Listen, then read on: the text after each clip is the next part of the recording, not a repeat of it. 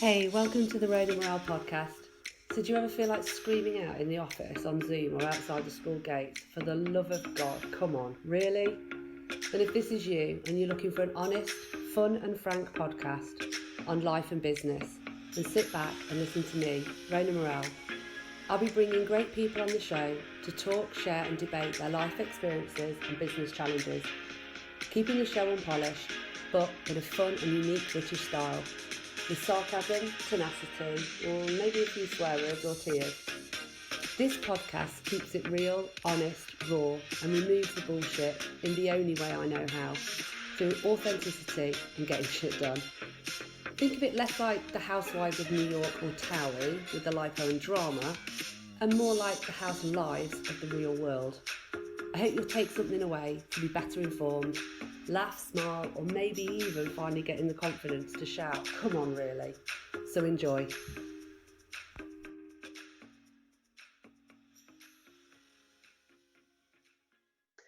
Hi Ali, welcome to the Road and Morale podcast. How are you? I'm quite glorious today. I'm having a good day today, which is strange, but you got to take the good days when they come, haven't you? Absolutely. Well, listen, Ali, and for the listeners, I'd love to introduce Ali. I have only known and met Ali very, very recently through a mutual friend, and we'll come on to talk about that a bit later, I guess, in terms of the connection. But what struck me when I first met Ali was, well, wow, what an incredible lady in terms of championing women, sports, endurance, etc. And we got to talking about the fact that there's no female kind of role models in this space. So we can all think of Bear Grylls and the likes, but there isn't really a woman that stands out. And I wanted to bring Ali on this bloody podcast because I think Ali absolutely is. So Ali spent 10 years working in the music industry, and after ups and downs and severe impacts on mental health, decided, right, that's it, I need to come out, I'm going to take a new journey. So I know you spent kind of 3 years and numerous adventures later. You then became the chief test pilot for the Rat Race Adventures. Now, some of you may remember from a previous podcast, I interviewed Jim Mee, who owns the Rat Race. And Ali will talk about this in more detail because I can't remember all the titles that you have, but you've got over 100 marathons and ultras underneath your belt. You absolutely champion women in this space, and you're passionate about if you can help someone run a 5K or a 200K, and you're very vocal about mental health. So we'll touch on some of that as well. And you've also got a numerous world firsts under your belt. So I've not done you justice in any way, but please tell us a bit more about yourself. Tell us more about these kind of firsts and kind of what it means to be a chief test pilot. I'm like, who are you talking about? She sounds amazing. She's awesome. Exactly. It's really, really hard when you're like asked to write a bio, or you're asked like, what do you do? Not to just sound like a complete wanker. And it's very, very, and I'm like, oh my God, this is really embarrassing. But it's not embarrassing. And I think this is one of the things about women is we tend to keep things, we tend to not big up ourselves, basically. We're just, we don't talk about all the amazing things that we do. Like my brother's fiance just had a baby, and he was like, when I was in the room and she was having the baby, I could not believe it. She's a warrior, like the pain she was in. And I'm like, women do that all the time. We don't talk about it. We just go, yeah, this is what we do. And that's the thing with what I kind of do. So I think taking some time to look back on it and go, actually, do you know what? You've come a really long way since the music industry days, which were quite frankly, as much as they were fun, 20% of the time, were hideous 80% of the time. Yeah. And to kind of come out of that and create this job, which it's not like I saw an advert for it and applied for it. It just became a job. I just like fell into it. But yeah, I'll just give you a quick brief history. So I went to Goldsmiths, did a media communications degree, thought that I would be picked by a record company to work for them, wasn't, and spent a lot of time temping, and then eventually got a job working in music as a PA, and this was in the glory years of like the sort of early noughties where everything was going really well. Yeah. And worked my way up to be a marketing manager, worked with like Ed Sheeran, Bruno Mars, Plan B, had a great time, made loads of money, but I was in my mid-20s and I was out every night partying. And when things are going well in the music industry, they go really well and everyone's having a lovely time and people kind of just get on with it. When they start to go bad and you start to lose sales, it gets really bad, especially if you're a woman in that sphere, because it's very male dominated and it's old male dominated. So the guys that are in the positions of power have been there for a long time. They've been there since the 80s. Some of them have been there since the 70s. So it's okay for them to be misogynistic and sexist, and it's okay for you to be paid less, and it's okay for you to be treated like shit, and, you know, have sexual innuendo thrown at you all the time, be told what to wear, be told what to do, be told what to say. It's still there in the music industry. There's a really good documentary on BBC at the moment actually about it. But it got to the point where I felt like I was under such pressure. I was kind of out every night, working, being at gigs, going to after shows, and having to be in the office at 9 o'clock in the morning, and it was just killing me. Yeah. But I didn't realise it was killing me, and I was frightened at work. I was frightened I'd had a couple of incidences of what you would basically call sexual assault from male colleagues who basically said to me, if you ever say anything to anyone about this, you'll never work in the industry again. I was living on a knife edge in London, not earning much money, very lonely, even though I had loads of fake friends. And this went on for years until eventually, I don't know what happened. I'd have always suffered with my mental health, but something clicked in me that was like, I have to go and do something else. So long story short, I went off to South Africa for a holiday by myself, where I went to look after great white sharks and learn all about sharks with a load of strangers. Nice and cuddly. Nice and cuddly, yeah. Love a shark. Well, I went from the sharks of the music industry to the sharks of South Africa. So I wasn't scared. But that was the first time I'd ever done anything by myself. I don't know why I did it. I just took the plunge and was like, damn it, I'm just going to go. I'm just going to do this. I just went and did it. And I'd never done anything like it before. I was terrified because I didn't know anyone I was going with. But that was my first big adventure, and I met so many amazing people, and I learned so much. And when I was there in South Africa, I could be myself. I didn't have to pretend to be the cool girl from the record company, or pretend to be confident, or pretend to be anything, because no one cared. It was all about the sharks and the boat and getting jobs done. And when I got back, I was like straight back into work, and I was just like, no, I don't want to do this anymore. And it just opened a whole kind of world to me, and it wasn't like a magic pill. I was so depressed all the time. I couldn't find any meaning in anything, and I was using running to help me physically to overcome the feeling of anxiety, because if you've got anxiety and you go out and do something physical, the physical feelings of anxiety go away, because they have to, because the blood's going elsewhere, so you haven't got that like flipping stomach thing, and your brain calms down a bit. So I'd use it to do that. And because of this experience in South Africa, I was doing more and more races or events that I thought were pushing my boundaries a bit. So I started getting into endurance running. Someone told me it was slower and you could eat more. So I did. And I met people like I'd met in South Africa, people that didn't care what I did for a job or who I was or who I knew. They were just nice people with a shared experience of running.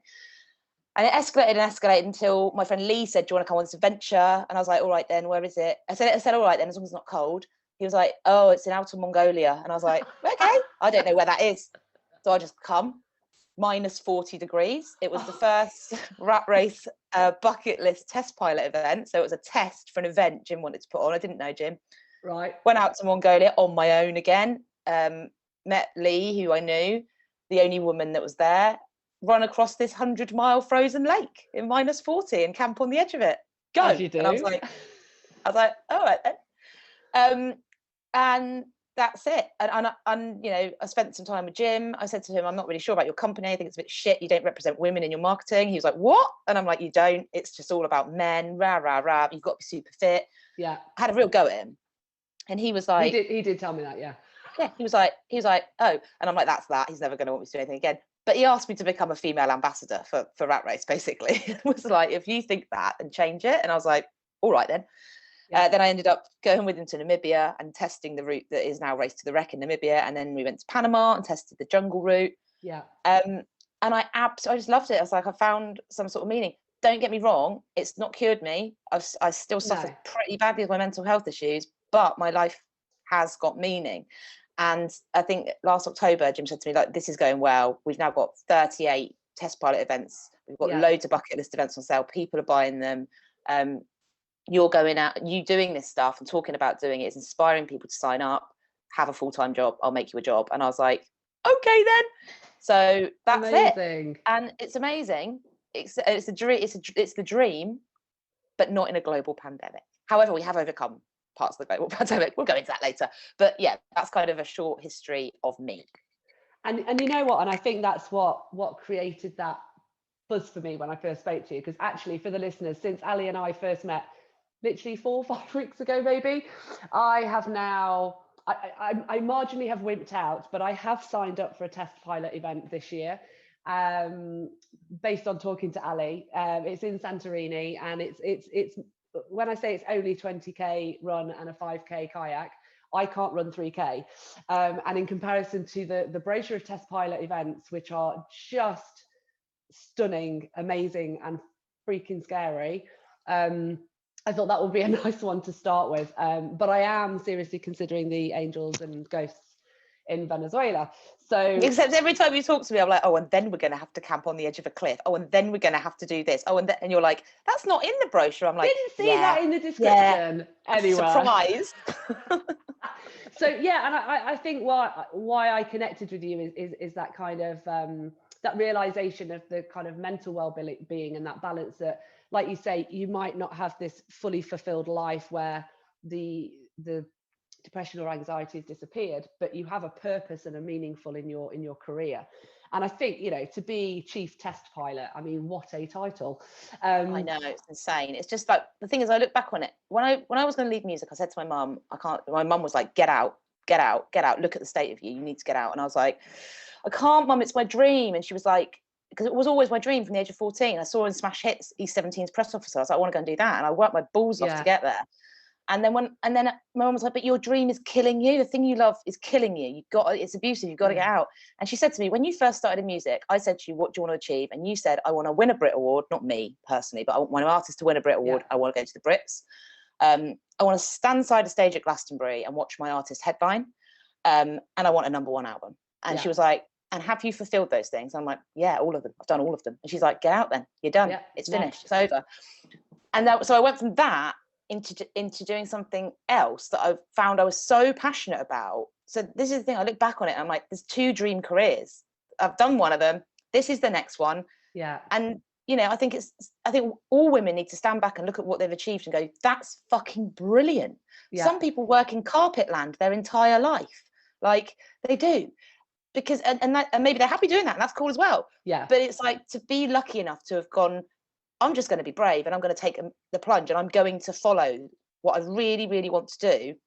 And I think that comes from that. It does all the endurance stuff I've done, all the 100-mile races I've done, all the ultras I've done, all the marathons I've done. I'm always scared at a start line. But when you get to the end of that, you know that you are capable of so much more. And that reflects in every other asset of your life. And it can help you in every asset. I haven't got children, but my dogs will tell you I'm a good mummy.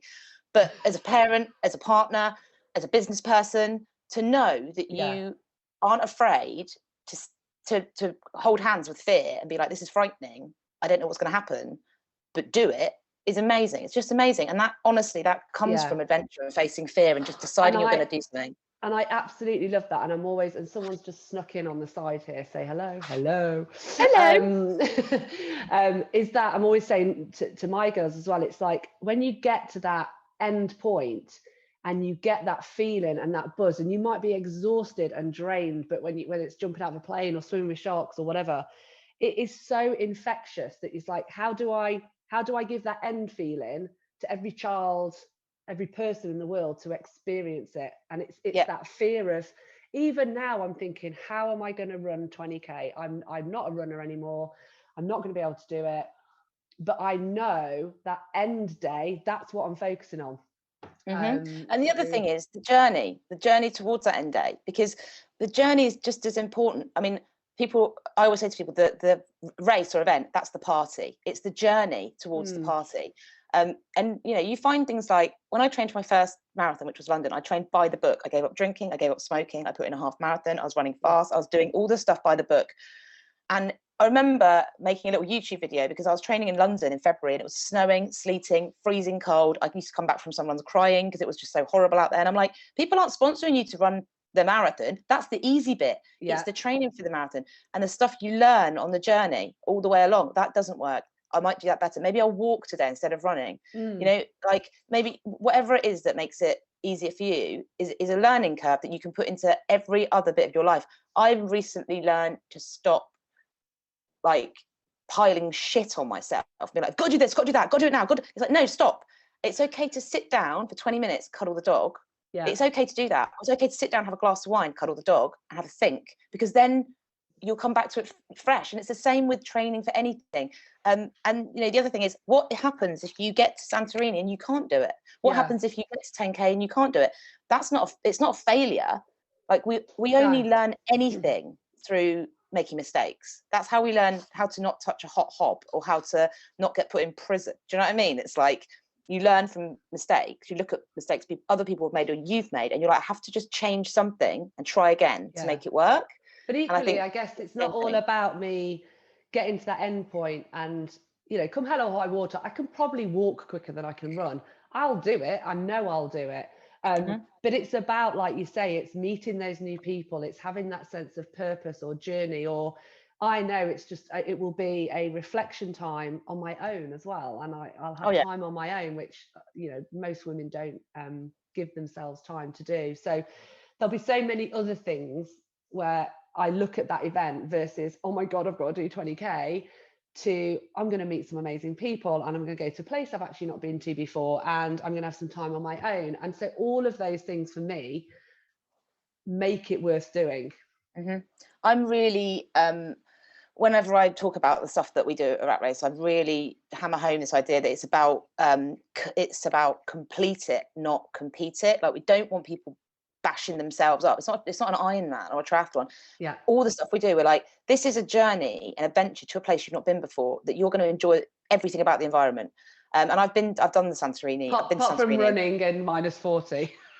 Yeah, I mean, but the thing is, that frozen lake, that was the first big thing I ever did out of the UK, and I was alone on that lake for a lot of the time. And I've never been alone. I've always been around people all the time. I'm from a big family, but being completely on your own on this like ancient lake, and you can hear the ice cracking. It's scary, that noise. It sounds like thunder, and the ice cracks under your feet. But having that thought and like the literal physical space to just be like, no one's looking at me, no one's asking me for anything, my phone can't ring, no one can get me, but I'm safe because I've got a support vehicle over there. That is such an amazing feeling. Freedom. And I think anyone that battles with mental health struggles to sit with those feelings, because there's so many distractions. Like, I'll just go on YouTube and look at lolcats, or I'll just put Netflix on and watch some shit on it, and then that feeling doesn't go away. You just made it go to sleep for a bit. But when you're in those environments, you have to sit with it. Sometimes you have a cry, but sometimes you work stuff out. And I think, you know, that's another reason that people should do it. It's such a, people are so afraid, or women especially have this female guilt that I can't, because I don't have children. I do have my dog, and I feel bad when I leave her. But they're like, I can't leave the children. I've never had a man say, I can't do this event because I can't leave the children. He's always like, oh, well, I'll have to buy the wife a handbag, but not, I can't leave my children. It's just women. And it's like, but like you say, going and doing this is such a brilliant example to set your girls or your boys to say, I'm going to go have some time for me, 3 or 4 days for me, come back, tell you all about this adventure and show you that you are capable of amazing things. It's being a fucking role model. And I think that's exactly why I do it. And I genuinely now, you know, we get the banter sometimes, oh, you're leaving Nick again, he's on his own, blah, blah, blah. But yeah, I am leaving Nick, and I am taking time on my own. And, you know, it's, I think when it's a business trip, it's very, very different. Yes, I might be going to Hong Kong or wherever.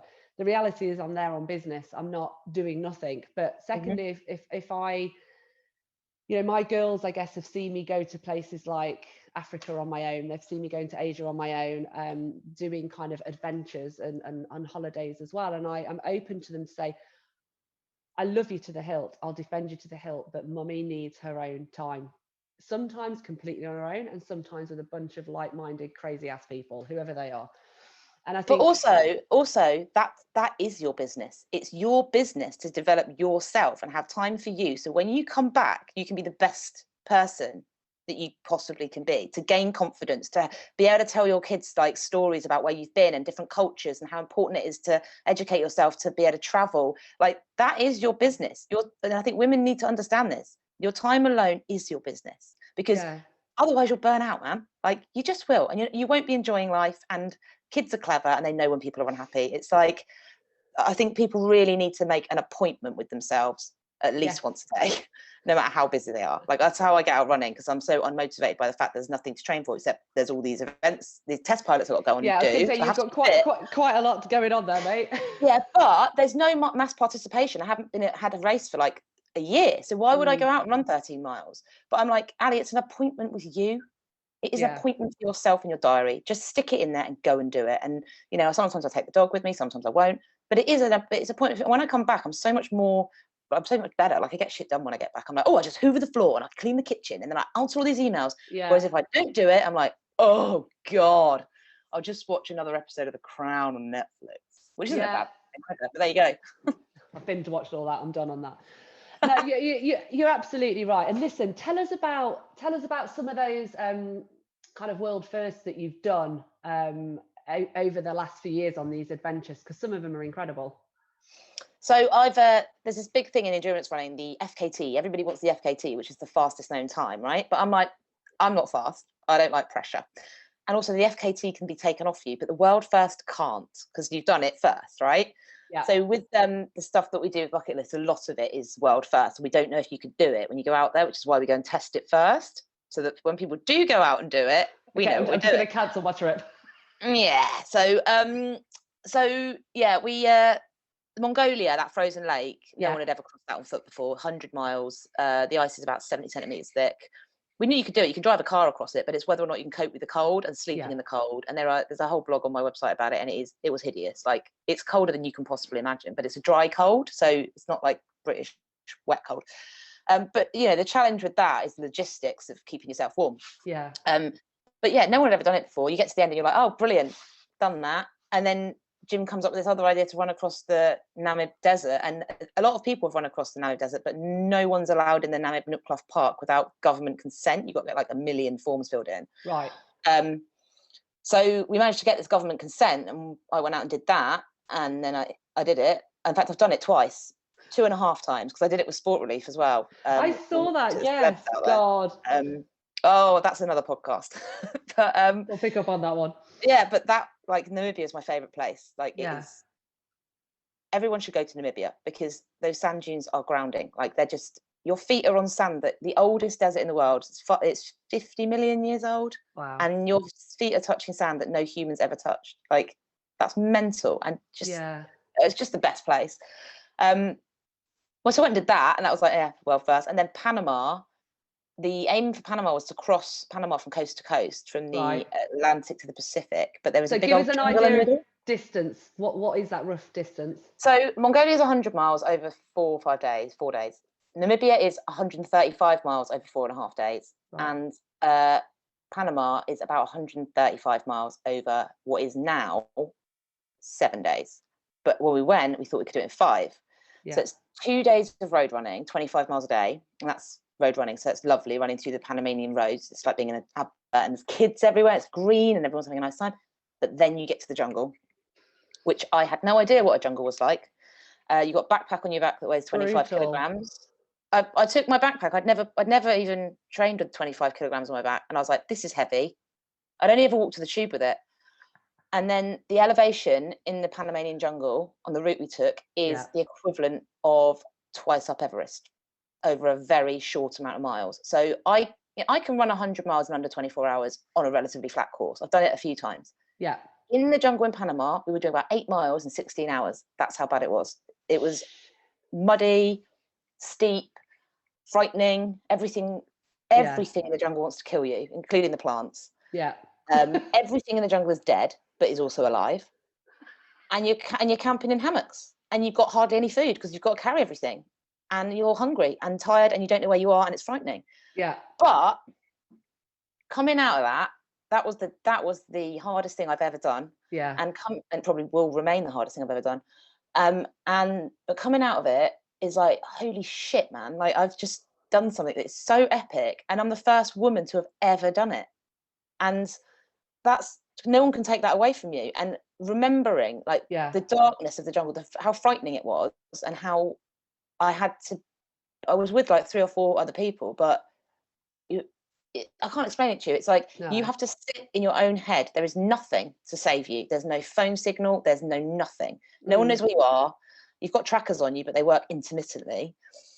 Yeah. And you've just got to like live, and you've got to just survive. And you know, it's not like it is on the TV shows. It's more, it's not like a drama of cut myself, this has happened. It's like in your head, man. That is the darkest whirring pit, when you're stuck in your own head somewhere where you are frightened. But Oh when you come God. out of it, you use that reference for everything. Like, it's like, I've done that, and I've It's got like your through it. larder, isn't it? You can just keep going back in and bringing it out. And I am so grateful to that jungle. And I said, I'm never going back. I'm never going back. Well, of course I'm fucking going back. I'm going back. I'm supposed to be going back in March, but I'm definitely going back next year to take 40 people with me. So when that happens to, if that happens to somebody while we're in there, and they're like, I can't deal with this, I can tell them you can, because I've done it and I understand how you're feeling, and it is shit. But you get out of that, it will change your life forever. It will change how you cope with stuff. It will change how you don't stress about stuff. It's so hard to get into your own psyche when you're so used to I don't think you can imagine everyone else. it. No, you're so used to being like, I'm fine, I'm going to protect everybody from this.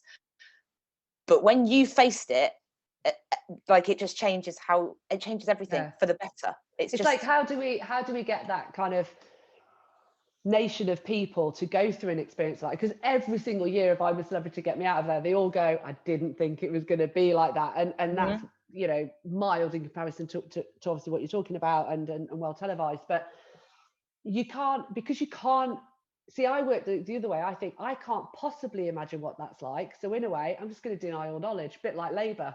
Well, when it happens, I've just got to get on with it. So it's like, how do we, you know, instead of doctors prescribing drugs, how do we make sure it's a kind of a Pilates session, or, you know, for mental health or for leadership events? It's like, how do we just get people doing things like this? Maybe not to the extremity of the Panama. Yeah. But it's showing your true skills and knowing that buzz when you come out of that. It's like, shit, I absolutely did it. I think one of the main problems is when this is presented as a media format. For example, if you look at Sport Relief, and I know how Sport Relief works because I was there, but also I've worked in media for a long time. I understand exactly how this stuff works. Everything is presented as super tough, super hard, and you're in the drama, and it stops, and then someone wins the prize, or someone wins, or they finish, and that's it. You don't see what happens afterwards to those people. You don't see how their lives change, if they do change. And you get people waxing lyrical, especially with celebrity stuff, where they're like, I'm going to change my life, and this has really changed me. They don't change. Nothing changes. They're like, I'm going to start doing this, I'm going to start doing that. No, they don't. But real people, because it's all for TV, it's different in real life. It does change you. I took 40 people out to Namibia with that race last year before, 2019. That was the first public Race to the Wreck event. Those people were from all walks of life. We had students, we had nurses, we had young people, we had guys with money, the wealthy, not healthy guys, as I like to call them. We had triathletes, we had retired people, also a 60-year-old woman, an 18-stone blogger from Australia, loads of different people, right? Every single one of those people had a life-changing experience. And at the end of it, when we had our big dinner in Windeck at the end, all of them had become real firm friends. They'd met friends for life. They were from all different walks of life. They earned different amounts of money. They had different political views. They're from different countries, but that didn't matter, because they were all having this shared amazing experience that hardly anybody gets to have. And I know, because I'm still in contact with a lot of them, their lives have changed, in that the way they work has changed. They spend more time with their families, or they've changed their jobs, or they've been like, do you know what, I'm going to sign up for a couple more things because this is the thing that keeps me going and makes me work hard. They're all in groups on Facebook. They all email each other. It's amazing.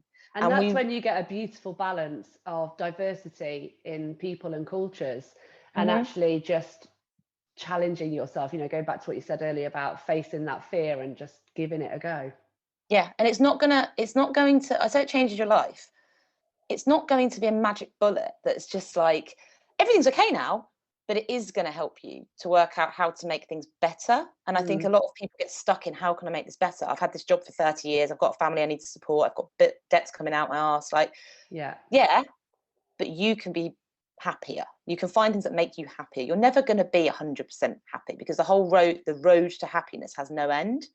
But just to have those moments of peace when you are on a desert or in a lake or in Malta, or in a kayak in Santorini going across to the island, just going across the caldera, when it's all still, or it's the first thing in the morning and it's all still and there's birds everywhere and the sun's rising. Just those moments, and being able to go back to those moments and be like, that's an amazing thing. And through this pandemic, through this lockdown, because we remember, no one ever thought they could get through a pandemic. We are getting through it. Like, you didn't think you'd be able to do that. If I told you 3 years ago, you're going to have to do this, you'd have been like, no way, I can't do that. But we get through it and we find ways of working. And when I've got real down in the last, because I obviously we can't travel, and it's really, really got to me, I think about those dunes in Namibia and I look at pictures of them and I'm like, they're still there. They're still silent. They're still moving, but they're still there. And they will be there when we get out of this. And that is a massive comfort to me.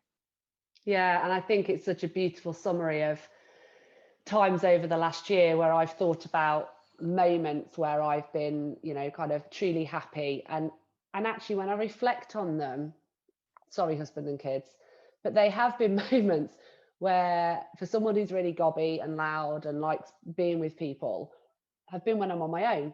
So, you know, sat on the veranda in the Bwindi forest in Uganda, hearing the pygmies chanting and you know, and the animals, and being in a township, all those different experiences that have made me, you remember the moments, you remember the thoughts, the smells and the colours and everything. And I think, without going over philosophical, this is probably about the most serious conversation I think we've had. Oh God, we need to talk about something else, like Bridgerton or something. Moving on. But no, I fundamentally agree with you. And listen, for the listeners, please, obviously, you know, check out some of these test pilot events, because I had the brochure sent through to me and I had a look at them, and I was deliberately like circling the ones that I thought I've got a cat in hell's chance of doing here. But yeah, just if you're looking for that adventure or that moment to test your boundaries, then definitely go check it out. But listen, one of the things that I really wanted to bring to the forefront was this idea of kind of this female role model, some of the things that you have done, that you've achieved, that you've led these world firsts. No one knows about it. So we know about, you know, who are the male adventures we look to? So it's like Bear Grylls, it's Ben Fogle.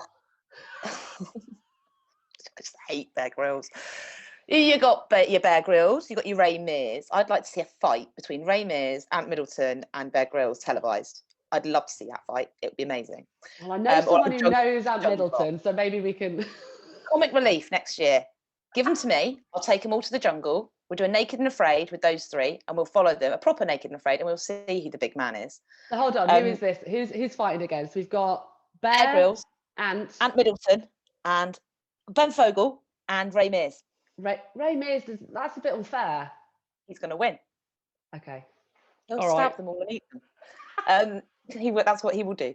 But yeah, the thing that really, really grinds my gears, right, is there is that I get all these guys signing up for test pilot who are like, yeah, I can do that because I've watched SAS Who Dares Wins, or I've done a triathlon, or I've done a this or that, the other. And it's like, that is lovely. Well done, you. Have a fucking medal.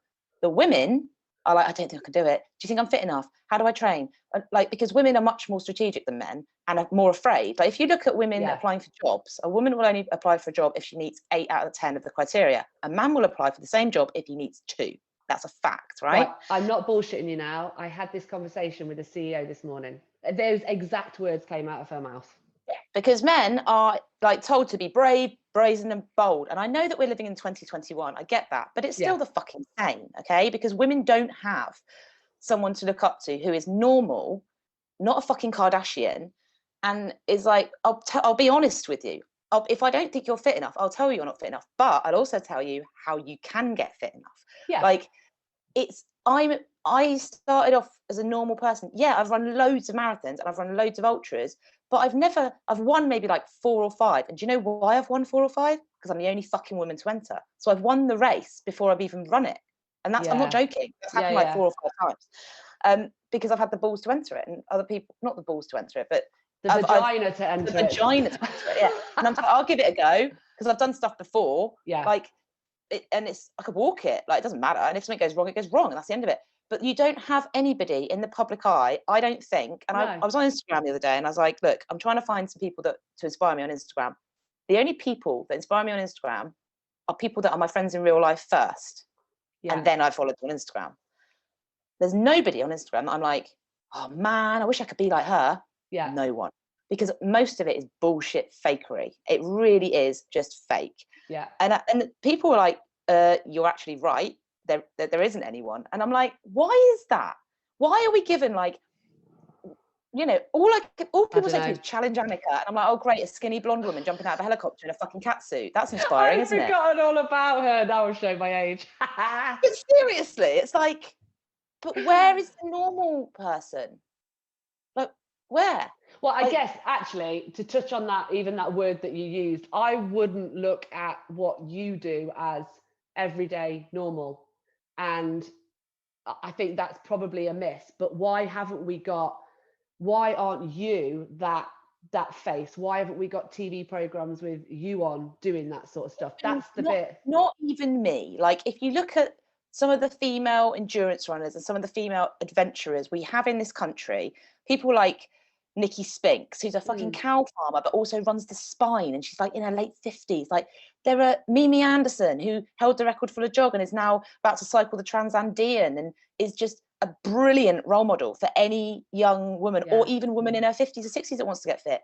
You don't get them represented in mass media. You just don't. And if they are represented, it's because they're a freak. Like, because they're a freak. And you know, like Camille Herron, I love Camille. She's 39. She's a world record holder for the 100 miles. She did it in 12 and a half hours. But she is a professional athlete, okay? It's just, there isn't anything to inspire young girls. There really isn't. And we're actually doing this project with Rat Race, which will probably be available for people after this comes out, which is called Future Explorers, which we've made workbooks for kids during lockdown to go and find out more about Namibia or Mongolia or whatever. And I want young girls to look at that, to look at what I do and to go, I want to go and do that.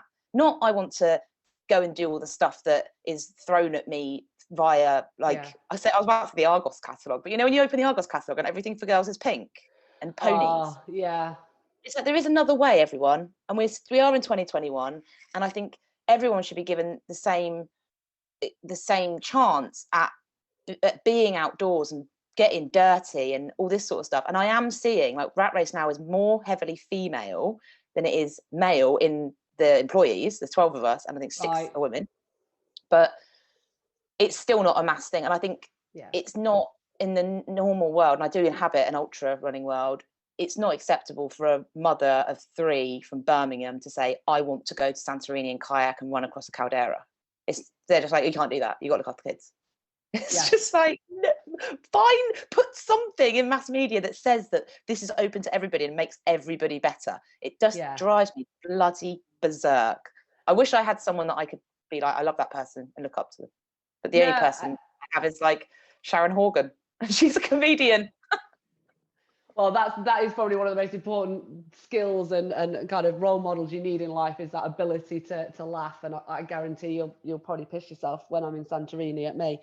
No, I won't. You're going to be absolutely fine. It's ages away. We've got loads of time. I'll get you up to that 20k. No worries. Yeah. Okay. We'll see about that. But you know what? Like you say, well, you talking about it earlier. It's about that. It's a journey. It's kind of getting there. It's what you go through and how you deal with that and pick yourself up and keep going and you pick someone else up along the journey. I think I, like you, want more of that coverage. I guess, we're not going to talk about mainstream media and all the things they should be reporting on in the world, but definitely it's one of those things that quietly we need to see more of that injected, in terms of, there's a lot of female leaders around the world who have since in the last 5 years become presidents or leaders, politicians around the world. And so I think it's just making that more aware and giving the girls the confidence to kind of reach out and grab that stuff. So I mean, I'll be honest with you, I think the most thing I've been most concerned about, and this is going to make me sound so vain because I'm not even pretty, is the thought of not wearing makeup for 5 days.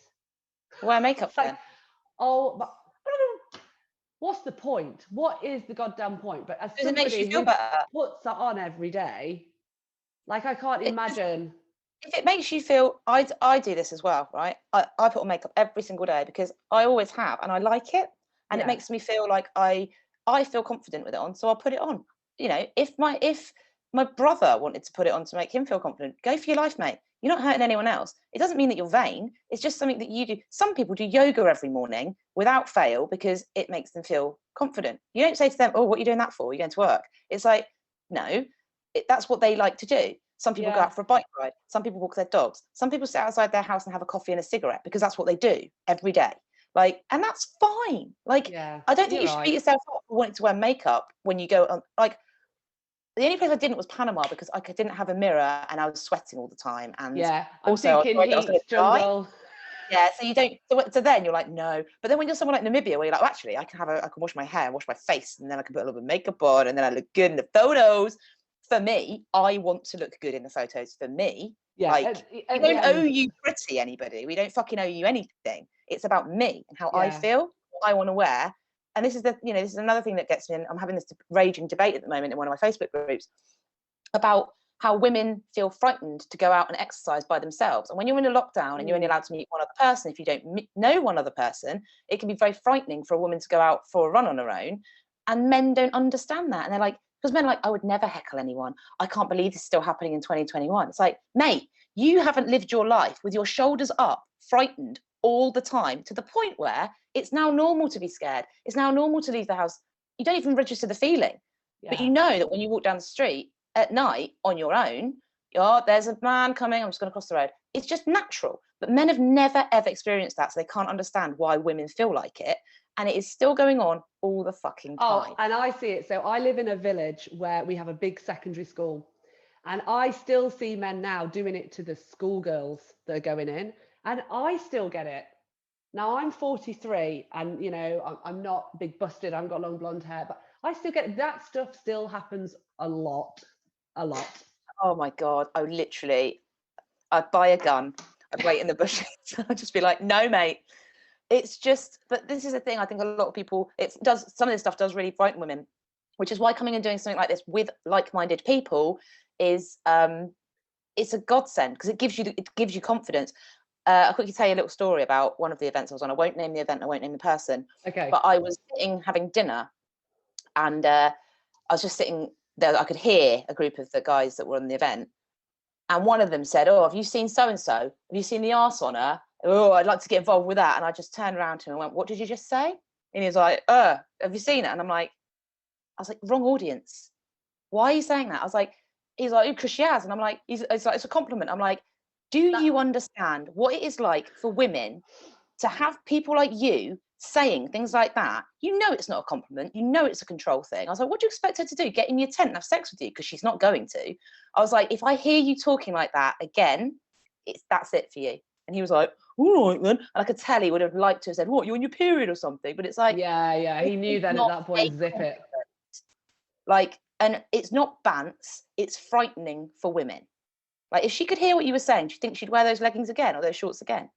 Or maybe next time she wears them, does she then become conscious about where she's wearing? Equally, there are women who say, I actually don't mind a wolf whistle. I don't mind it if someone says, wow, you look amazing today. But I don't know, if someone sort of said, oh, you've got a cracking arse, Rona, I don't know, I'd be all right with that. But if it was followed up by, oh, I wouldn't mind a bit of that, or I wouldn't mind getting involved in that, they'd probably get a throat punch. It's like, I just think no one has the right to comment on anybody else's appearance unless they're asked. I think live your life like that and you'll get on really well. If you say to someone, what do you think about these trousers? Then of course they can say your arse looks great in them, but no one has the right to comment on anyone else's appearance unless they are asked. And I just, on anything, like, what is the difference between saying, oh, nice set of tits, to saying, oh God, your nose is massive? Like, what? Because I don't see many of my girlfriends going around going, wow, amazing bulge, or gosh, have you got anything in that packet? You know, it's kind of that, yeah, it's true. Is it just simply a smile to let someone know or whatever? But yeah, that's just my rant about misogyny. No, honestly, I had a rant on yesterday's podcast about female empowerment after being dribbled onto by this guy who trying to force me to believe that he supported female empowerment. And even I didn't get a word in edgeways, so whatever. Well, listen, Ali, I could talk to you so much longer, but listen, keep doing what you're doing. I cannot wait for Santorini, whatever the journey is, whatever happens, and all things COVID, I'll be there. And listen, absolutely keep doing what you're doing. I love the test pilot stuff, and I am a firm believer of what you do around that kind of facing those fears and challenging yourself. So when this goes out, I'll let everyone know where they can find out information about that, and also to some of your links, because I know you do a lot of work as well, helping people on these journeys and kind of helping them training. Yeah, so, that's the thing I like the most. No, absolutely. So last words over to you, Ali. Just a massive, massive thank you for coming on, and it's been an absolute bloody pleasure. Thank you very much. And yeah, like you say, if anybody wants to get in touch, my Instagram is ab_runs. You can drop me a DM, or website is alliebailey.co.uk, and then you can just send me an email. But anything, Awesome. I'll always chat to people. Awesome. Thank you so much, Ali. Have a great day. So that's it. You've made it. The show's over. Thank you for being with us. I hope you've been able to take something away, maybe solve a problem, or just know you're not alone. Here's hoping it made you smile with a few laughs along the way. Please feel free to find me on all social media channels, and you can subscribe to my YouTube channel. Just search the Road and Morale podcast. Have an awesome day, and see you next time.